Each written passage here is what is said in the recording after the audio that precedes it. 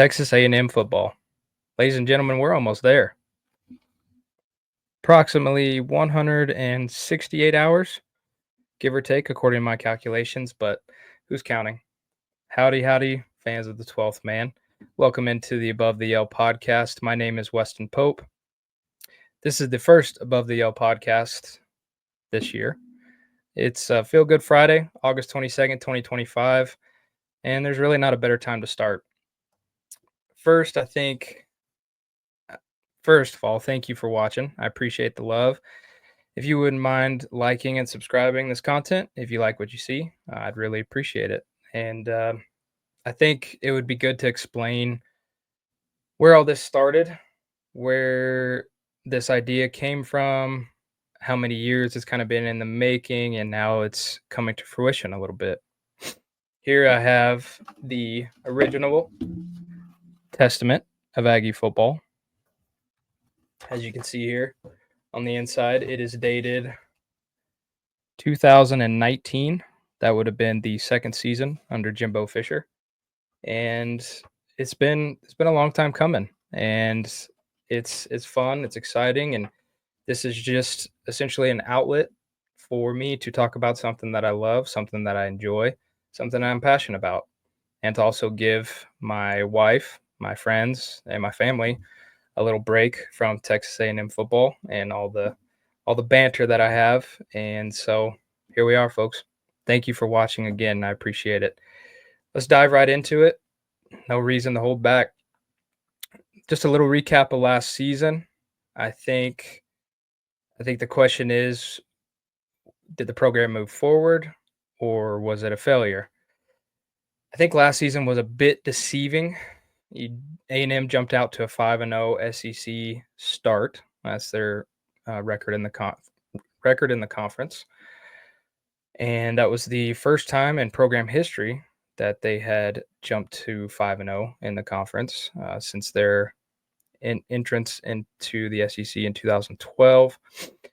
Jump out to 5-0, have the thriller victory over LSU. Things are feeling good, feeling a little invincible, especially after Marcel Reed jumped into the game, took over the offense. But A&M stumbled to an 0-3 finish in conference with back-to-back losses to South Carolina, Auburn on the road, Texas at home to finish 5-3 in the conference. Despite that finish, I think year one was a success. And I know there are folks out there that would probably disagree with me. And I know all the 8-4 talk, sometimes it feels like if A&M is 9-0, they're still going to find a way to go 8-4, which I know doesn't make any sense. But that's the way that it feels sometimes. And I think it's year one under a new head coach. I know we've heard that before, but I think we saw flashes of what A&M could be. I think there was consistency at times. I think what they're putting together at A&M and what Elko is instilling in the players is something that hasn't been done or instilled in the program in a long time. And what I mean by that is it feels like a blue collar program. It doesn't really feel like it's going to be necessarily flashy or let's say you could even say a new era. I think A&M at its core, the best way to describe them is essentially blue collar. So anyways, that's my take on last season. I think as frustrating of an end as it was, I think there's a lot to take away from that. And I think the players learned a lot as well, that when they get to that mountaintop, they know what it takes to stay up there. And last year, obviously, they fell a little bit short, but it's learning. It's a learning curve, and I think it's going to benefit them more than anything. Let's fast forward to this year. Fall camp intel. I'm really excited about this wide receiver group. We got Casey Concepcion coming in from NC State. Got Mario Craver coming in from Mississippi State. It sounds like Ashton Bethel Roman. He has been with A&M since his recruitment.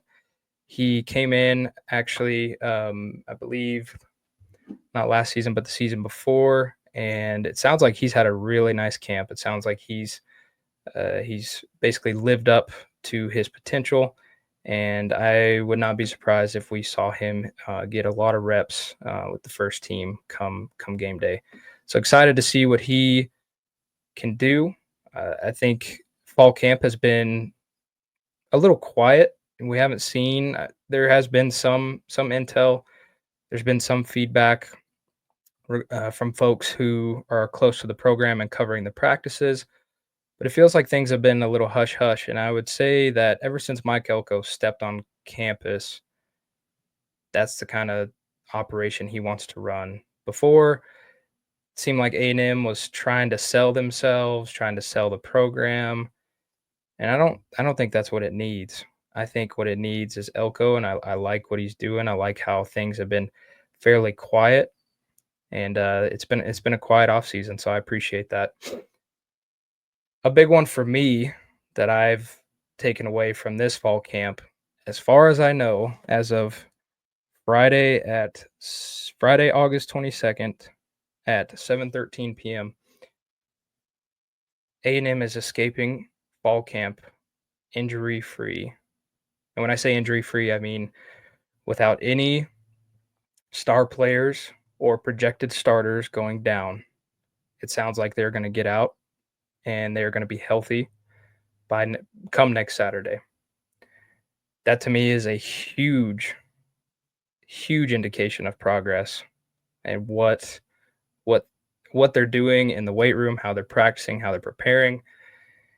There's been so many times in the past. I think it's at least been the last 2 or 3 seasons of fall camp, someone has gone down, someone who is projected to make a large impact to the team or be a projected starter. So I think that's huge, getting away injury free. On the defense, Tarian York emerges as the biggest leader. He's going to be the commander on that side of the football. Cassius Howe, defensive end, sounds like he will be starting that position. I expect a breakout season from him as we go into the season. Sounds like Marcel Reed, he has essentially fine tuned his abilities. It sounds like he has developed his passing game. I'm excited to see it on display. A lot of anticipation with that, a lot of expectation. Le'Veon Moss is back and healthy. He, I believe, broke his hip against South Carolina, or maybe fractured his hip. Had a pretty significant injury, was out for the rest of the season.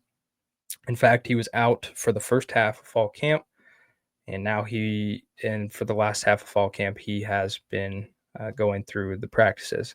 Sounds like Elko kept contact pretty limited with him, which in fact I don't mind, especially at the running back position. He he's expected to have a big year, and I think he will. And I think keeping him healthy, keeping him from getting hit or hurt in camp is of utmost importance. So I appreciate Elko for doing that. Getting into my expectations, my hopes. I know there's been a lot of talk about the 8-4 plague surrounding the Texas A&M football program. In fact, just for a reference, here is the number of wins each season since A&M has joined the conference in 2012. I'll just rattle them off. First season, 11 wins. Second, 9. 8, 8, 8, 7, 9, 8, 9, 8, 5, 7, 8. When you add all that up, it averages to about 8, 7.5 to 8.5 wins per season. You can't blame them for being consistent. I think it's consistency is something that we can take away from that,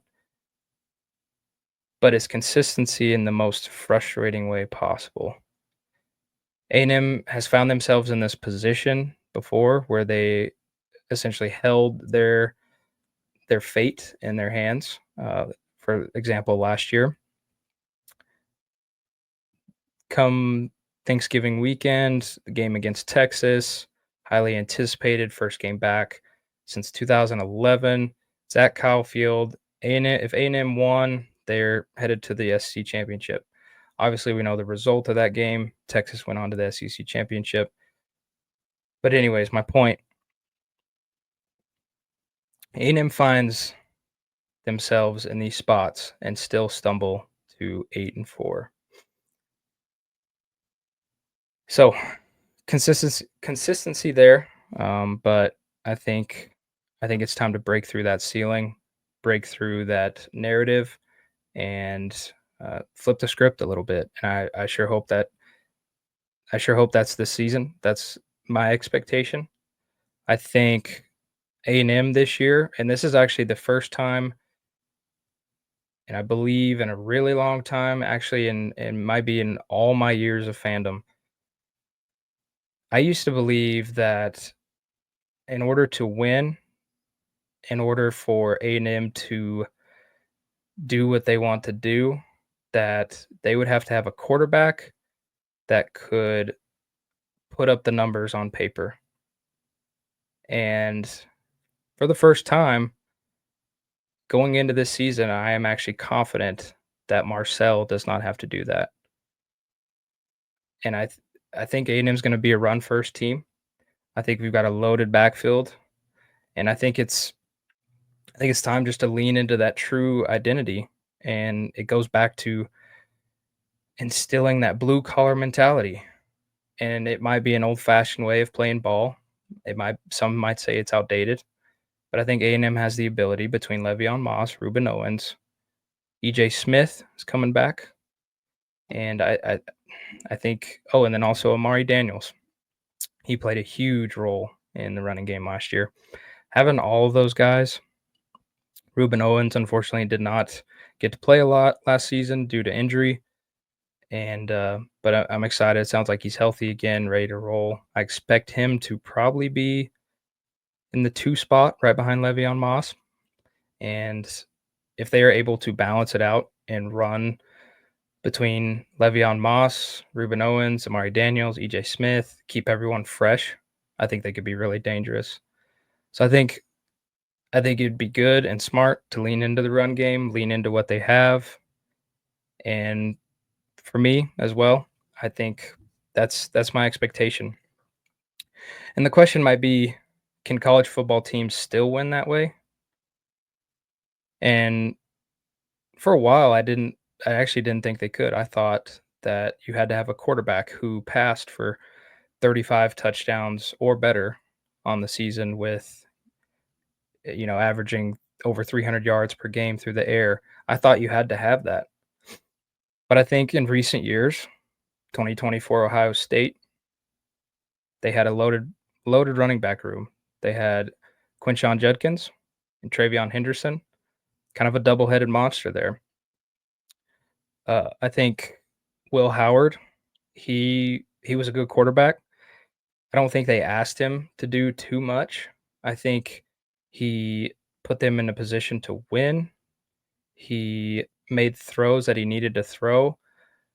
But Chip Kelly and that staff did not ask Will Howard to go toss 4 touchdowns for 400 yards a game. They knew what they had in that running back room, and they leaned into it, and look where it got them. They went to the national championship. Year before that, you got Michigan.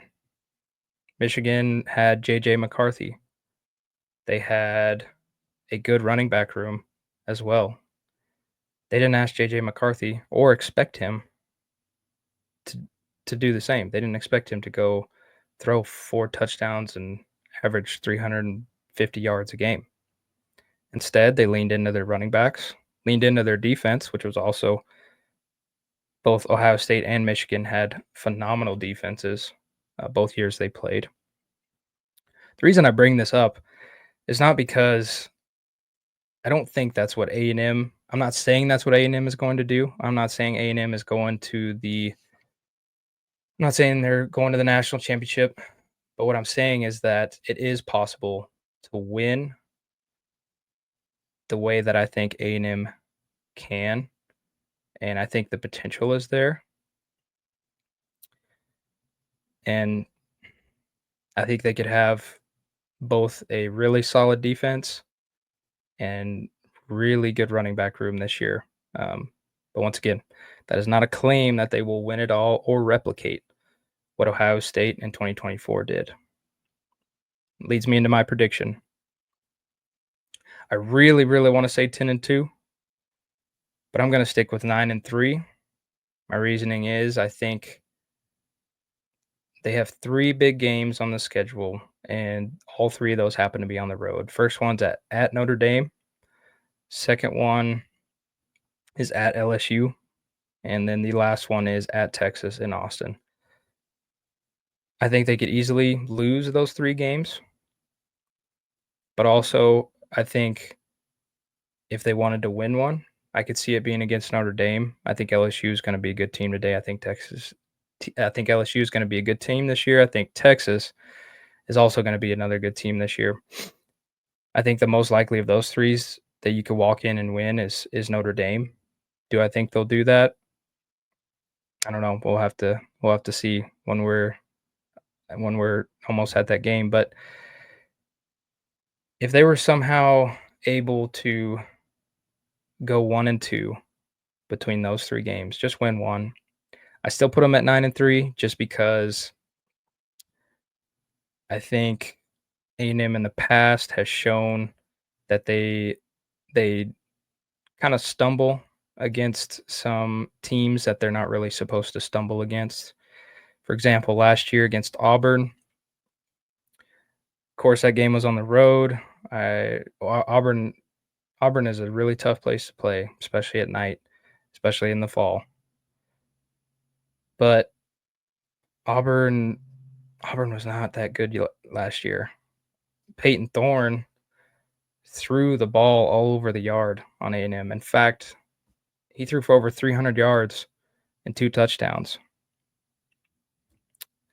So I think if A&M finds a way to go 1-2 in that 3-game stretch between those big 3, I'm still hesitant to say 10-2 because I think they might find a way to stumble against a team that they're not supposed to. That could be Mizzou. They play Missouri on the road in Columbia.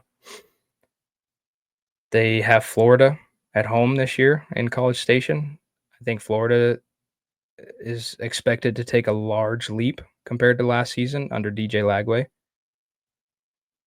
I don't know. I think they could slip up, so I'm gonna go with my final prediction of 9-3.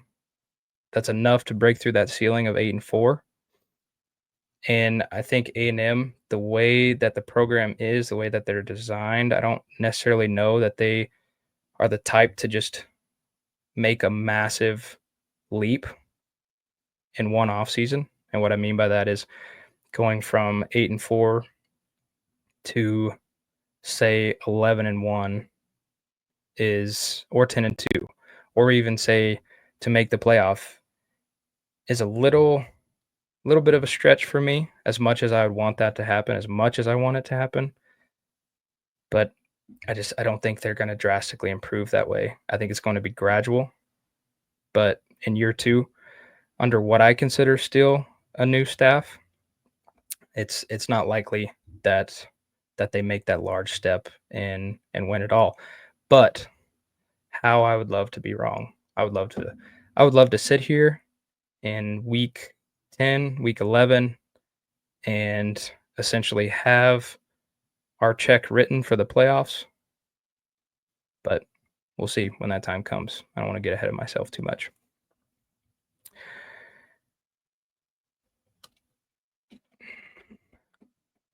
I think to my point as well, one thing about that Auburn game is if they can make this change, and that change being the secondary folding when it matters most, if they can find a way to button that up in those games, because A&M was on its heels pretty quickly in that Auburn game. I believe they went down 21-0. Kudos to the offense. I think Marcel and company, Colin Klein, I think they handled that situation well. In fact, they came back from a 21-0 deficit, had 21 unanswered, tied it up. But anyways, back to the defense. I think if they can button things up, or if they can button things up in a situation like they found themselves in against Auburn, then the script could be flipped in a hurry, and they could be walking out of those games in the win column. And I think that's my key factor to this year too, is they're probably going to find themselves in a game on their heels a little bit. And the difference to me, the improvement, the progress to me is going to see their response. What happens? How do they respond when they find themselves on their heel? And I'm not talking about the offense. I think the offense responded as well as they could. Defensively, we all know those last 4 games of the season were pretty rough. And the defense, they folded over and over and over again. But we need to see that change this year. And I think if we do, the script gets flipped and A&M could actually find themselves in the playoff conversation come November. But I digress. I'm still going with 9-3. I love A&M as much as anybody, but I'm a bit of a realist when it comes to them.